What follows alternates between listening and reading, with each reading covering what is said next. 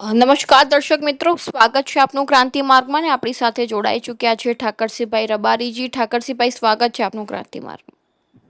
જી ઠાકરસિંહભાઈ, હાલમાં જે રીતે વાત કરવામાં આવે તો વાવ થરાદમાં જે ચૌધરી સમાજના યુવાનો એકઠા થયા હતા ને તેમણે માંગ કરી છે કે ઠાકરસિંહ રબારીની વિરુદ્ધમાં ફરિયાદ થવી જોઈએ. એ હવે બેન વાળા એવું છે કે લોકો એમનો વિચારધારા છે. હું શરૂઆતથી આખો ચૌધરી સમાજ જાણે છે કે મામલો શાંત પાડવા માટે ગંગારામભાઈ અમથાભાઈ તમામ આગળ જતા આ લોકો માત્ર એમને કયા મકસદ છે એ બે ચાર માણસો બાકી કોઈ સાથે નથી. સમાજ આજે ચૌધરી સમાજના 20-25 આગેવાનો ઘણા બધા કાર્યક્રમોમાં હું ગયો હતો, બધા મળ્યા. એમણે કીધું કે આ લોકો ઉતાવળ કઈને ખોટું કર્યું છે. બધો રસ્તો ખૂબ સરળતાથી નીકળતો હતો. માત્ર એક બે જણાને શાંતિ ઢળવા માટેની વાત છે. એ વારંવાર એવી વાત કરે છે કે આ આમ છે તેમ છે. દીકરી તો લાવવા માટે રબારી સમાજની દીકરીની વાત હતી તો એમની રીતે મહેનત કરી હતી, છતાં ક્યાંય કોઈને ના લાગે એટલે કીધું કે ચૌધરી સમાજે બધા મદદ કરી. એમને એમનો ઈગો અને આવી તો ઘણી બધી દીકરીઓ કહી છે. આ તો માત્ર એમને આ બે પાંચ લોકોને આ વિસ્તારની શાંતિ કઈ રીતે ડોળાય એના માટેનો પ્રયત્ન કરે છે. એમાં ચૌધરી સમાજ પણ ક્યાંય સાથે નથી.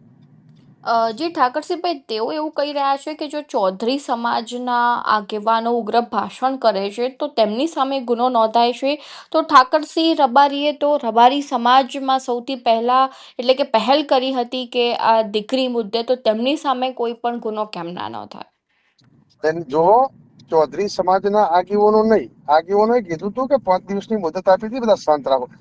મેં ક્યારેક દીકરી કહી હોય તો આવેશમાં બોલ્યો છું કે માલધારી સમાજ ભેગો કરીને ગામ ઉપર ચડીને જાઓ અને 2000 નું નહીં 25 માણસો નું ટોળું લઈને પણ અમે કોઈ ગયા નથી.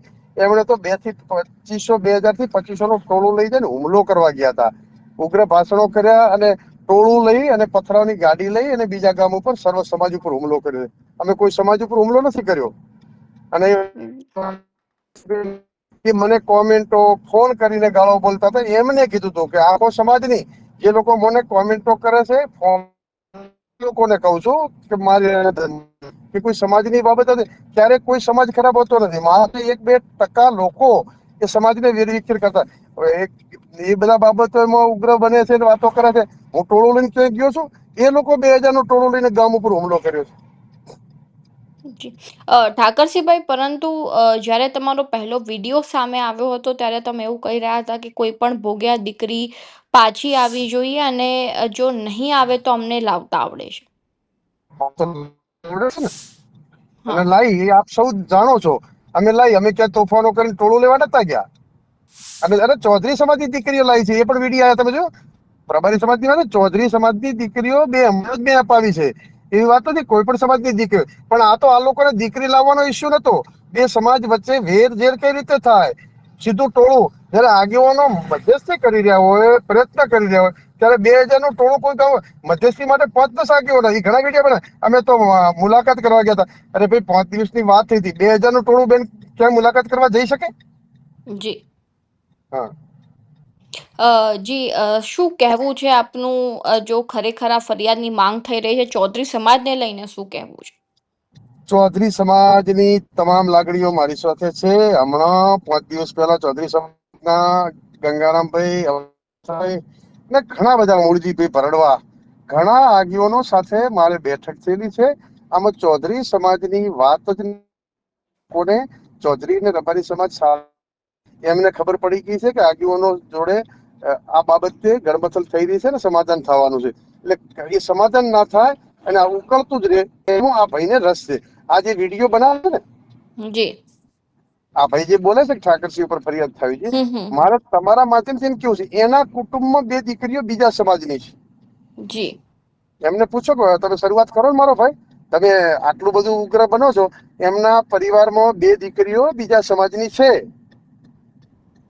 જી. એવિડન્સ જોઈતા હોય તો નામ સાથે કહીશ, પણ દીકરીઓનું બદનામ ના થાય એટલા માટે. બાકી ભાઈ આવડું બધું લઈને નીકળી પડ્યા ફરિયાદ કરો. અરે ભાઈ, તો તમે એ બી દીકરી આપી દો ને. જી. એ કયા દોઢ ગામના ભાઈ સમાજમાંથી આવે છે? એ જે આ વિડીયો મૂકે છે અને આ જે બોલે છે દોઢ ગામના ભાઈ, એ કોઈ મહિરિયા બાઈ છે, એક બીજી છે, બધી મારી પાસે વિગતો છે. એ જી. બીજા સમાજની દીકરી જ લાયા છે. એ જ પોતે ચૌધરીના નામે વાતો કરવા નીકળ્યા છે. જી. હમ.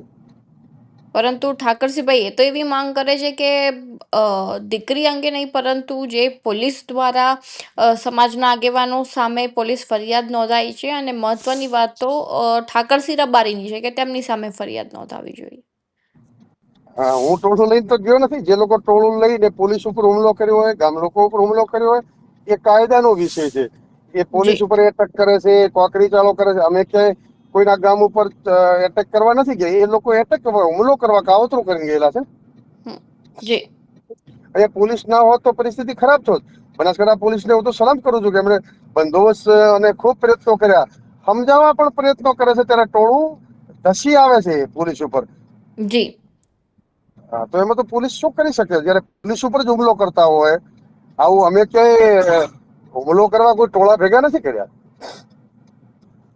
જી ઠાકરસિંહભાઈ, ધન્યવાદ આપનો માહિતી આપવા બદલ.